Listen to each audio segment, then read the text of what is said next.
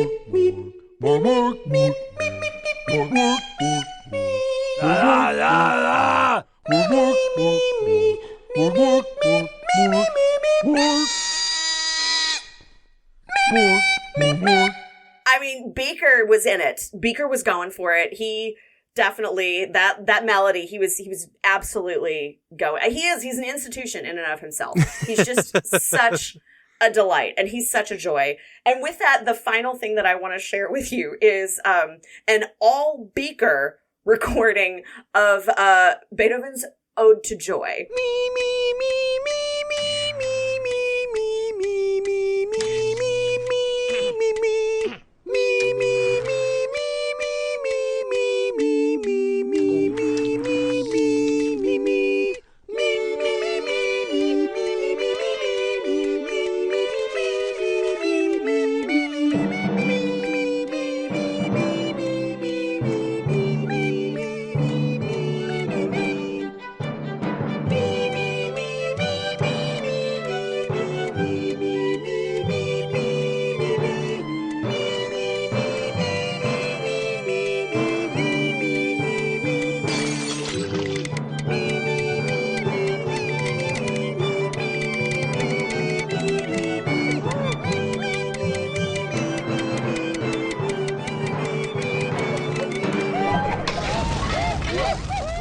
I mean, in true Beaker fashion, everything starts to fall apart at the end. There are crashes, there are explosions, there's smoke.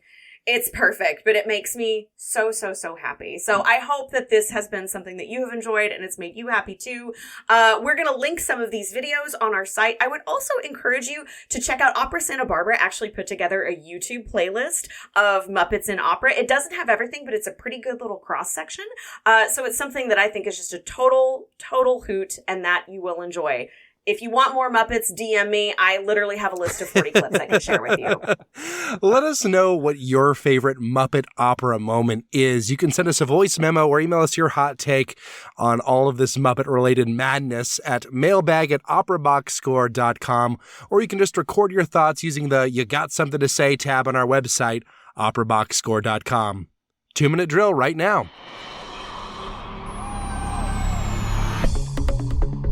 This just in, the 2-minute drill. All right, listen up. Here's everything you need to know about what happened in Operaland this week. Last Thursday, after English National Opera unions came to a tepid agreement with management, members of the chorus and orchestra started receiving pink slips during the intermission of the final performance of The Handmaid's Tale.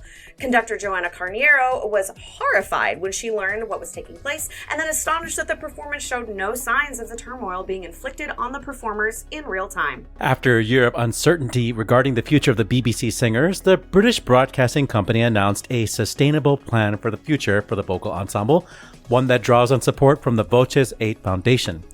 Details of the partnership have yet to be released, though it appears that the BBC singers and their support staff will continue to be employed by the BBC, and that the ensemble will retain its artistic identity. A concert by conductor Theodor Karensis at the Wiener Festwochen was cancelled after Ukrainian conductor Oskana Liniv, also on the program, raised concerns about his ties to Russia. Karensis has not commented publicly about the war, but has been the center of discussion because of his relationship with VTB Bank, a Russian state-owned bank under sanction by the United States and other countries. VTB is the primary sponsor of Karensis' group, Music Eterna. During a concert earlier this month, musicians of the Belgrade Philharmonic warned audiences that the ensemble is on the verge of failure.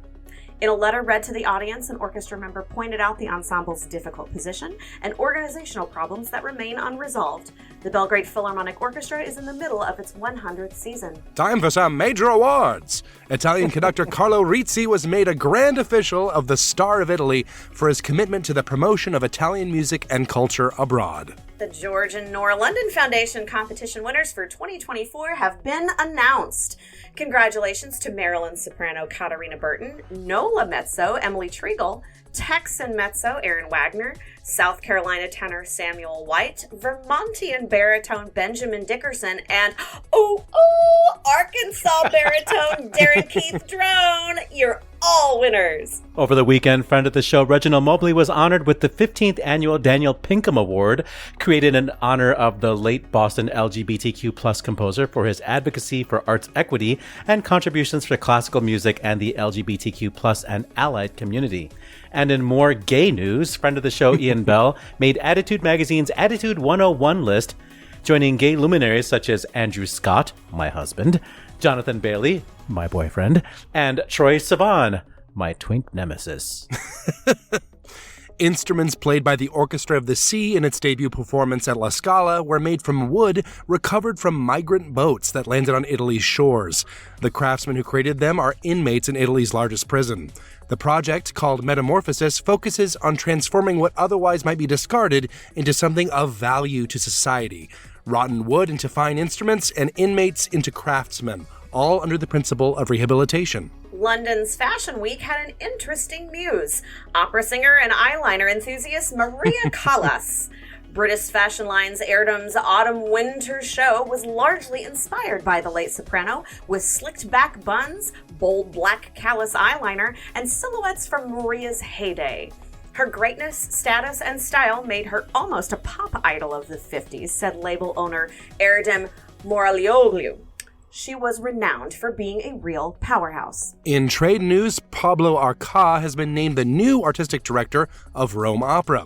Arca has previously held the same position at La Scala, Florence's Maggio Musicale, Teatro Carlo Felice in Genoa, and the Parma Verdi Festival. The State Theatre in Wiesbaden has a new music director. Leo McFall is currently principal conductor of the Thessaloniki, nailed it, State Symphony Orchestra, and chief conductor of the Vorarlberg Symphony Orchestra in Austria. McFall's first season is set to align with that of the new Intendantin Dorothea Hartmann, beginning later this year. This month, Dr. Everett McCovery begins a 3-year engagement as the inaugural principal guest conductor at Opera Columbus. I am truly excited to embark on this artistic journey with Opera Columbus, a company known for its unwavering commitment to innovation and creativity, said Dr. McCorvey. The prospect of contributing to such a dynamic and forward-thinking institution is invigorating. Exit stage right, Brazilian conductor Tullio Colasiopo died at the age of 89. He was the chief conductor of the Municipal Theatre of Sao Paulo for 43 years. Scottish conductor Stuart Robertson has died at the age of 75. Robertson became the youngest conductor to lead a performance at the Cologne Opera. He went on to serve as artistic director for Florida Grand and Omaha Operas, and was the music director of Glimmerglass Opera for 18 years. And on this day, February 19th, first performances include Antonio Cesti's The Misfortunes of Love. I probably wasn't Italian, but it premiered in Vienna in 1667.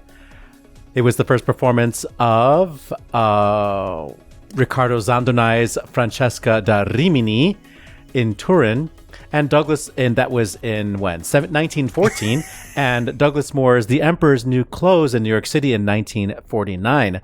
Other things that happened on February 19th, in 1727, Handel became a naturalized British subject by order of the crown, and that was in 1727. And birthdays include, in 1743, composer Luigi Boccherini, born in Lucca, soprano Caterina Cavalieri, who created the role of Constanza in The Abduction from the Seraglio, and Madame Silberklang in The Schauspiel Director. She was born in 1760. Spanish-Italian opera soprano Adelina Patti was born in 1843. Soprano Ella Toric of Bohemia created the role of Susanna in Susanna's Secret by Wolf Ferrari, and sang in the premiere of Dvorak's Rusalka. She was born in 1878. German baritone Willy Domgraf Fassbender was born in Aachen.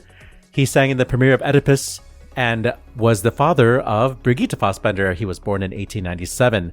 Australian tenor Max Worthley, who created the role of Clem in Britain's Little Sweep, was born in 1913. Romanian composer Gheorghe Curtag was born in 1926. Russian tenor Vladimir Atlantov was born in 1939. And on this day, February 19th, happy birthday to winemaker, Formula One enthusiast, and cancelled Italian tenor Vittorio Grigolo, born in Arezzo. And that's your 2-minute drill.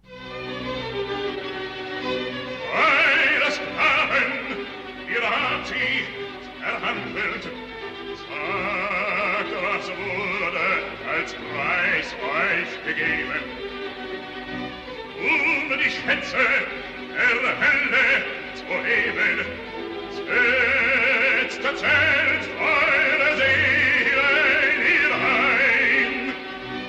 Gebt sie wieder, zerglied ohne Waffen, ohne Beinarm soll die Sieg wieder weiten. Für die Ehre der Tochter zu streiten, ihr Herz Eidlung, die Kraft ihr Herrenleihen.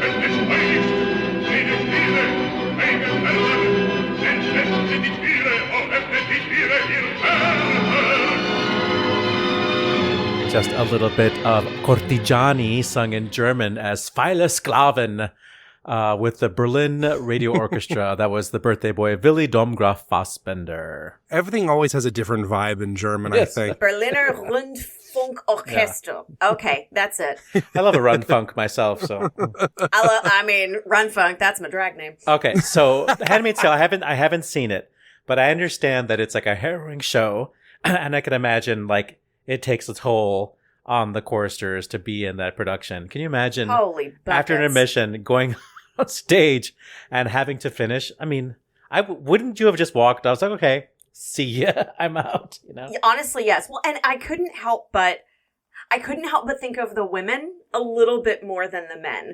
And I'll tell you why. Because Handmaid's Tale, like the whole story of it is, this return to Gilead, this return to, the role of women being very different than what we think of in modern society. They're essentially broodmares, and it's so to be in that space where you are performing in that environment and that culture, and then to be even further reduced by this happened. It just broke my heart. And then it made me angry because who gets a pink slip in the middle of their job? Yeah. So this is part, I believe, and I will say it's not fully clear on this side of the pond yet, but I believe this is part of the agreement that was reached between the unions and management. Essentially, they sat down after, I think you all remember, maybe 3-4 weeks ago at this point, they initially voted to go on strike. During this show, canceling the show essentially. And they did not. And part of the agreement that they came up with was this sort of kind of sucky agreement where it's like, yeah, some of you are going to be fired, but you will get some guaranteed part-time work, some rehiring will happen. It's essentially a downgrade on every level, which means that, the people doing these negotiations genuinely believed that these Arts Council England limitations on their funding were genuinely fundamental enough so that this had to happen, which is in itself kind of, a harrowing thing to think about. But I can't imagine that part of the agreement was, hey, let us know when we're being made redundant during a show. At the very, I don't know what that was. I don't know if someone meant to do that or if they're like, oh, they wanted the information right away. I would have just sent the email at the end of the day and schedule sent it to happen at least after the show's over, at least after the applause. That's probably the lesson here, is that this person who is in HR just does not know how to use schedules. Yeah, really. But man, this sucks. I mean, it's so defeating to see that, this seems to be the place that English opera is in since Arts Council England started slashing and hacking. On the other hand, I was extremely glad to see some actual good news out of England in the classical music world for the first time in 3 years. This BBC Singers thing. What happened, Oliver? Yeah, well, this is a follow-up to a story from exactly a year ago, I want to say, when the BBC announced that they'd be ending BBC Singers, which is the only professional chorus of that size that also does tons of outreach and obviously collaborates with the BBC orchestras and is on many recordings and has their own concert series, etc. There was public outcry, and all of these choral organizations and conductors signed a joint letter to, I forget, it was the Art Council England, I forget who was, to the BBC to not defund them. And then I think the audience also was very disappointed, and there was a lot of backlash. And so they kept them afloat. They put them on, okay, we won't do this just now. But now they're partnering with Voces 8 Foundation, which is in and of itself an incredible story to think that this group that was started by a bunch of friends and became one of the most internationally renowned, vocal ensembles. They now have a foundation, and they do a lot of teaching through that foundation and publishing and developing of young singers, etc. That they have enough money in their coffers to, help float the salaries of the BBC singers is amazing. I'd like to see what that looks like. We don't have the exact, plan for how that's going to go. But the founders of Voces 8 said, as a global artist-led charity dedicated to inspiring people through choral music, the Voces 8 Foundation was committed to a positive outcome for the future of the BBC singers. It's an honor and a privilege to have been able to work alongside the BBC towards this news, and through it to continue the Foundation's commitment to finding innovative ways to extend learning and participation and serve and grow global audiences for the art form.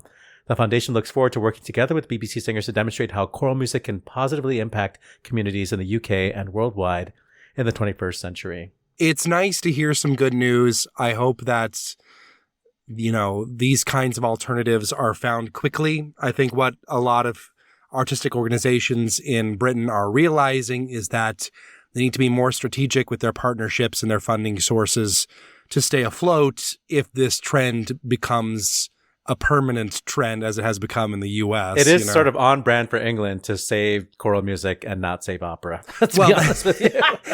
That is very on brand. That is true. So we have kind of a good news, bad news situation in Britain. Ashlee, what's going on in Belgrade? Ooh, so many things. So yes, the Philharmonia is having some dire straits, and they have taken it to the streets and they have taken it to the stage. So yes, one of their orchestra members during this concert read a statement to the audience, and it's really beautiful. I'm not going to read the whole thing because you've heard me talk enough today, but there were two things that really bumped out to me. We Philharmonicians live for applause, but unfortunately we don't live from applause. That's why we're demanding that the state raise the salaries. That is such a musician mood, such an artist mood. God. Yeah. I mean, they're basically like, look, we're in dire straits. We don't make enough money. The state isn't recognizing the value of this. And so that's why they did a call to action in this statement as well. If you want to support us, we invite you to write to the Ministry of Culture with a few words on what the Belgrade Philharmonic means to you and to appeal in your own way that our requests be heard and respected. So we'll stay tuned. We'll see if this works from the folks in Belgrade. I mean, I think this is a great strategy. I love when, I feel like in a lot of cases, the only way these things get changed and supported is when enough people stand up and say, this isn't right, and I think that's, we've seen it happen a little bit with the outcry with the BBC singers, so maybe this will work too. And hopefully it doesn't have the continued domino effect that feels like it's happening right now all over our industry in the wake of the pandemic. So speaking of messy situations, Theodor Karensis and Oksana Liniv, now, Theodor Karensis, we've talked about him before, obviously, especially in the context of Russia's invasion. Unlike he has declined to renounce Putin. Yes, he's not done that. He's declined to make any statement. Yeah. And his orchestra is funded by a Putin backing bank. An oligarch bank. It's probably catered by Gergiev's restaurant.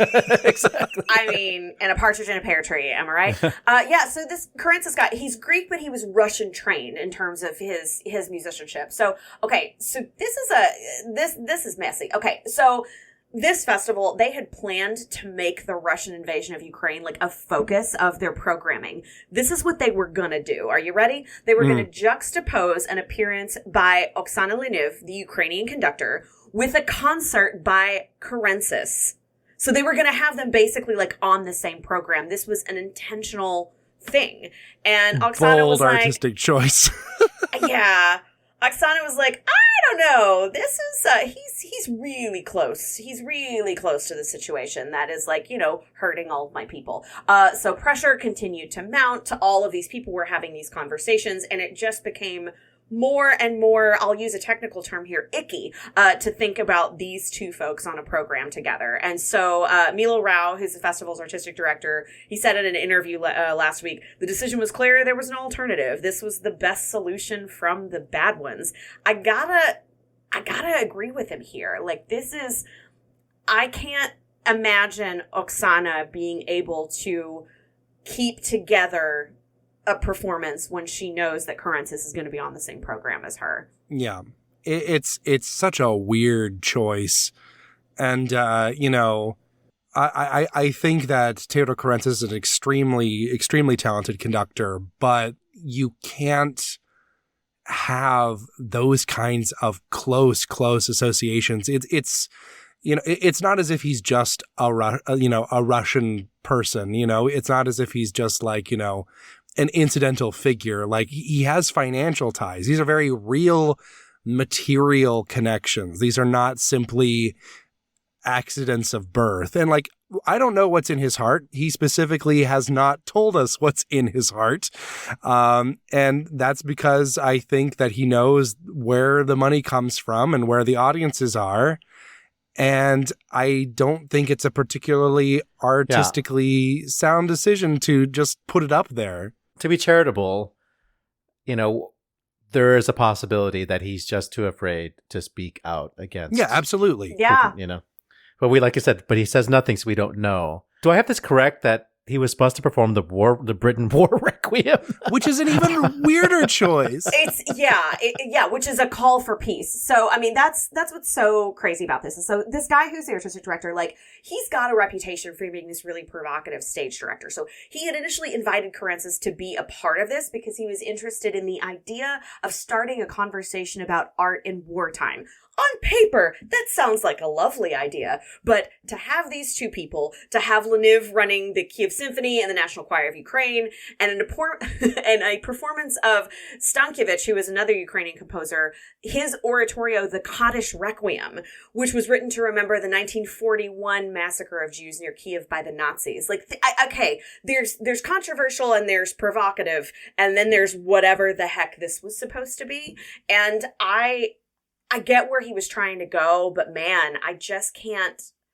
Yeah, I just can't imagine. I mean, I hope for the best for Leniv. I even, you know, in my own way, hope for the best for Currencis and hope his heart's in the right place. But this situation had hair all over it. It is messy. And that's why I was so glad to see, like, kind of just a good story in this 2-minute drill that was just like nothing too complicated, just, you know, putting together these instruments and performing them in a context of peace and reconciliation, and, you know, making inmates, you know, create something beautiful. I am very, very much a strong advocate for the rights of prisoners, and, you know, I think that, you know, even in Europe, there is a strong tendency to be punitive first and to see prisoners as something less than human. And there's something so tactile about creating acoustic instruments that are literally are instruments of beauty. And, you know, when I read this story, this metamorphosis program, I just got a little bit emotional about it. I think that this kind of thing is always amazing. It reminds me of like the performances that were done recently of Fidelio, where they used actual prisoners in the prisoners chorus and stuff like that. And it's something. And this is something that is also provocative too, because, you know, the European Union countries and Italy have not been the best about picking up, you know, migrants coming in, and the boats that sink in the Mediterranean, and all that's left are these boards. And, you know, putting something together like that acknowledges the humanity of the people involved in this is really so powerful. And I think something that music and the arts have a real way of saying things that, you know, mere words just can't do, as you can tell by the fact that I'm rambling right now. Well, that's the thing. It's like, you know, I mean, talk about having, you know, using art to get across a provocative message. Like, this is one of the ways to do it correctly, you know, is to sort of reinforce that that notion that feels provocative these days, that no human is incapable of redemption. Nobody is not worth saving. Yeah. And so that was the thing that was really touching. NPR has a couple of really beautiful clips of the musicians playing the instruments. I encourage all of you to check them out. It is almost as beautiful as the mint green peacoat that was a part of the Maria Callas inspired collection during There's the London's transition. Fashion Week. Hashtag Callis 100. I will tell you, the Heirdom collection is stunning, and it very much is like, what if Maria Callas were alive today and 27 and a little more pissed off than the regular Callas? Like, it's a stunning, the mint green peacoat is the thing that like will not leave my brain. It's got this gorgeous collar, a huge button, but yeah, all of the women are like a modernized version of like the slick back hair, the bun, gigantic, fierce black eyeliner, and the clothes, I mean, the fabrics even look like they would have been the 1950s gowns that Callas was wearing as she was being escorted out the back of the lyric opera. Like, it's just a stunning, beautiful collection. And I'm delighted that somebody who's not in the classical music world really recognizes like what a bad bee Callas was and used her for the inspiration for his entire collection. You know, I'm really glad that someone like Maria Callas existed because, you know, when you look at an opera enthusiast like me, you would think that fashion sense just does not exist.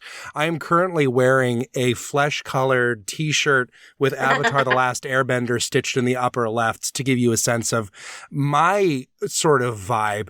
But, you know, there are fashionable people in the opera world, and Maria Callas, Oliver Camacho, Ashlee Hargrave, you're all proof of that. Let's wrap this show up. Good call, bad call on Opera Box Score. Good call, bad call. That's how we end the show. Oliver, end the show for me. So, two-time friend of the show, Christopher Lowry, the countertenor and choral conductor, his ensemble Altera is about to drop its album next month, and there's already some teasers out there. One of those teasers is this video.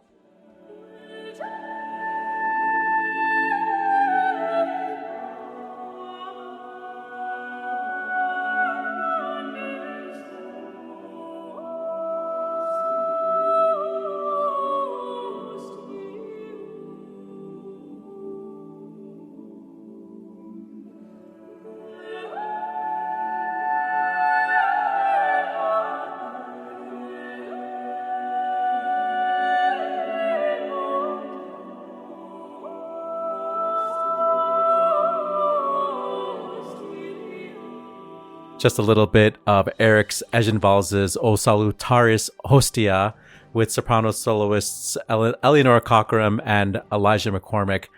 It was exquisite. I cannot wait for this album, and Christopher Lowry will be coming back to talk to us about being internationally acclaimed countertenor and choral conductor, putting together this super amazing new choral group and getting a record deal with Alpha. Man, I'm just like so impressed by them. So that's my good call. Look forward to that album coming out. Ashlee Hargrave. Mondays from now to November have just gotten even better. And not just because I get to record with my lovely OBS gentlemen on Mondays. John Oliver is back on Last Week Tonight. So his recordings come out on Mondays. Jon Stewart is hosting The Daily Show on Monday evenings. And Rachel Maddow is on Mondays. So in a mere 24 hours, I can inject into my veins the genius of John Oliver, Jon Stewart, and Rachel Maddow. It is an embarrassment of riches. It is one of the most Ashlee joy-bringing things that's out there, and it's all I'm going to talk about for at least the next couple of weeks. Well, the question is, which one of us is Jon Stewart, which one of us is Rachel Maddow, and which one of us is John Oliver? I'm going to let the listeners decide. You let us know. Yeah, let us know. Mailbag at operaboxscore.com. I call Rachel Maddow. That's it for this week's edition of America's Talk Radio Show about opera. Make sure you subscribe to the show wherever you get your podcasts. Get your voice heard and find links to stuff we've talked about at our website, operaboxscore.com. And that's also where you can put your money where our mouths are. Give back to the OBS using the Support the Team tab. Your announcer is Norm Woodell. Your creative consultant is Oliver Camacho. And your audio editor is me. For co-hosts It's Ashlee Hargrave. I'm Weston Williams, asking you to continue the conversation about opera even after you get fired by email. We're back with an all-new show next week when Enrique Mazzola takes a free throw on Aida. Plus, you get more opera headlines, more hot takes, and more slicked back buns. Join us.